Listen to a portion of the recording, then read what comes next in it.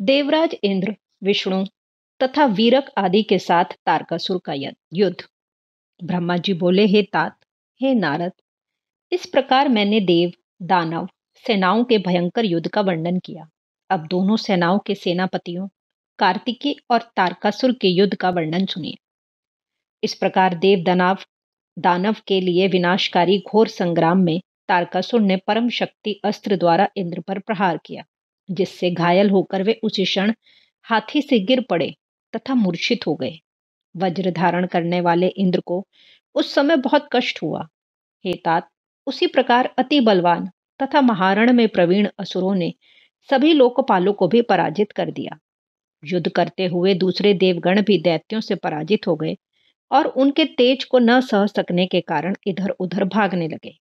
इस प्रकार सफल उद्योग वाले विजयी असुर गर्जना करने लगे तथा सिंहनाद करते हुए कोलाहल करने लगे। इसी समय क्रोधित हो उठे वीरभद्र अपने को वीर मानने वाले तारकासुर की ओर पराक्रमी गणों के साथ आए। शिव जी के कोप से उत्पन्न बलवान वीरभद्र देवगणों को अपने पीछे करके स्वयं सभी गणों के आगे होकर युद्ध की इच्छा से तारकासुर के सामने आ गए। उस समय वे सभी प्रमथ गण एवं दैत्य उत्साहित होकर उस रणस्थल में एक दूसरे पर प्रहार कर युद्ध करने लगे।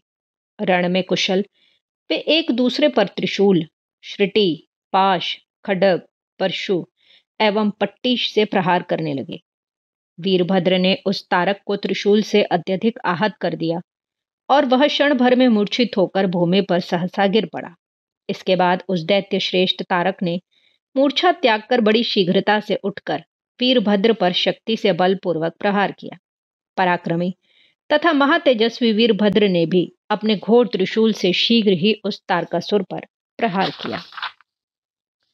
तत्पश्चात दैत्यों के अधीश्वर तथा वीरों में मान्य महाबली तारक ने भी रणभूमि में वीरभद्र पर शक्ति से प्रहार किया। इस प्रकार युद्ध विद्या में कुशल युद्ध करते हुए वे दोनों ही अनेक प्रकार के अस्त्र शस्त्रों से एक दूसरे पर प्रहार करने लगे। उस समय उन दोनों वीरों में सबके देखते देखते ही अत्यंत रोमांचकारी भयंकर द्वंद्व युद्ध होने लगा। तब भेरी, मृदंग, पटह, आनक तथा गोमुख बाजे बजने लगे, जिसे सुनकर वीर प्रसन्न तथा कायर व्याकुल हो गए। एक दूसरे के प्रहार से जर्जर कर दिए गए वे दोनों बड़ी सावधानी के साथ बुध तथा मंगल के समान बड़े वेग से परस्पर युद्ध कर रहे थे। तब तारकासुर के साथ वीरभद्र का ऐसा युद्ध देखकर वहां वीरभद्र के पास जाकर शिवजी के प्रिय आप कहने लगे। नारद जी बोले, हे वीरभद्र, हे महावीर, आप गणों में श्रेष्ठ हैं। आप इस युद्ध से हट जाइए, क्योंकि आपके द्वारा इसका वध उचित नहीं है। आपके इस वचन को सुनकर गणों में अग्रणी कुपित वीरभद्र हाथ जोड़कर आपसे कहने लगे, हे महाप्राज्ञ, हे मुनिवर्य, आप मेरे श्रेष्ठ वचन को सुनिए। मैं तारक का वध अवश्य करूंगा। आज मेरा पराक्रम आप देखें।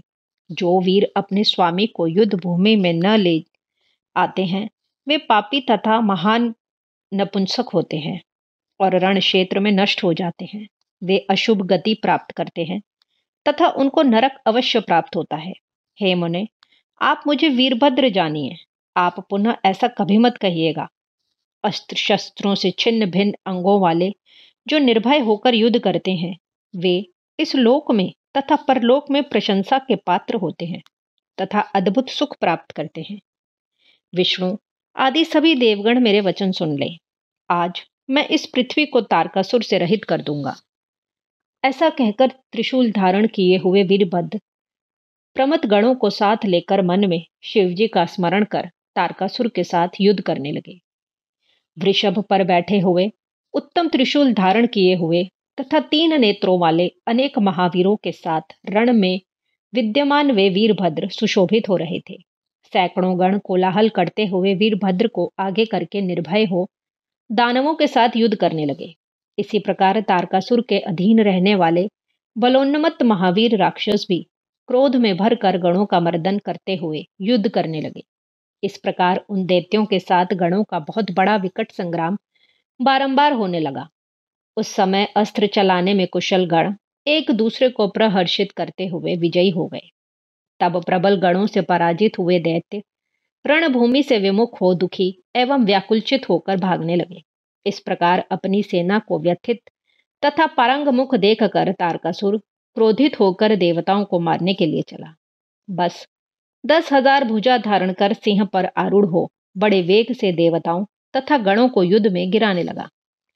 तब गणों के मुखिया महाबली वीरभद्र ने उसके इस कर्म को देखकर उसके वध के लिए अत्यधिक क्रोध किया। उन्होंने शिवजी के चरण कमलों का स्मरण करके श्रेष्ठ त्रिशूल ग्रहण किया। उसके तेज से सभी दिशाएं तथा आकाश जलने लगे। इसी अवसर पर महान कौतुक दिखाने वाले स्वामी कार्तिकेय ने उन्हें तथा वीरबाहु आदि गणों को युद्ध भूमि से हटा दिया। उनकी आज्ञा से वीरभद्र रणभूमि से विरत हो गए। तब असुर नायक तारकासुर ने महाक्रोध किया। अनेक अस्त्रों को चलाने तथा युद्ध में कुशल वह तारकासुर शीघ्र ही देवताओं को पीड़ित करके उनके ऊपर बाण वृष्टि करने लगा। इस प्रकार असुरों का पालन करने वाला एवं बलवानों में श्रेष्ठ वह तारक ऐसा युद्धरूप महान कर्म करके देवताओं से अजय हो गया। इस प्रकार असुरों के द्वारा मारे जाते हुए तथा भयभीत उन देवताओं को देखकर विष्णु क्रोध करके युद्ध के लिए शीघ्र उद्युत हो गए।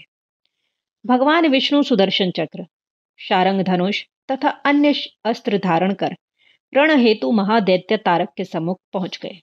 तदनंतर हे मुने, सबके देखते देखते तारकासुर तथा विष्णु का रोमांचकारी अति भयंकर तथा घोर युद्ध होने लगा।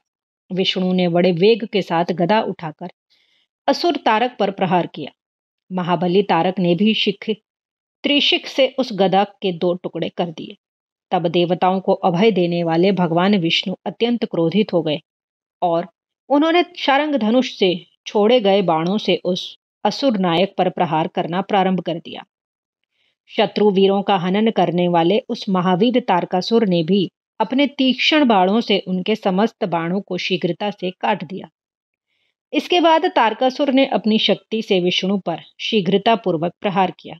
उसके प्रहार से मूर्छित होकर वे विष्णु पृथ्वी पर गिर पड़े। तब क्षण भर के बाद चेतना प्राप्त कर वे उठ गए और उन्होंने महान सिंहनाद करके क्रोध के साथ जलती हुई अग्नि के समान तेजस्वी चक्र को धारण किया। विष्णु ने उस चक्र से दैत्यराज पर प्रहार किया और उस तीव्र प्रहार से आहत होकर वह पृथ्वी पर गिर पड़ा। बलशाली उस असुर नायक दैत्यराज तारक ने पुनः उठकर बड़ी तेजी के साथ अपनी शक्ति से सुदर्शन चक्र को काट दिया और उसी महाशक्ति से देवताओं के प्रिय अच्युत पर प्रहार किया। तब महावीर विष्णु ने भी नंदक नामक खड्ग से उस पर प्रहार किया। हे मुने, इस प्रकार अक्षीण बल वाले बलवान विष्णु तथा तारकासुर दोनों ही रण में एक दूसरे से घोर संग्राम करते रहे। इस प्रकार श्री शिव महापुराण के अंतर्गत द्वितीय रुद्र संहिता के चतुर्थ कुमार खंड में देवों और दैत्यों का सामान्य युद्ध वर्णन नामक 8वां अध्याय पूर्ण हुआ।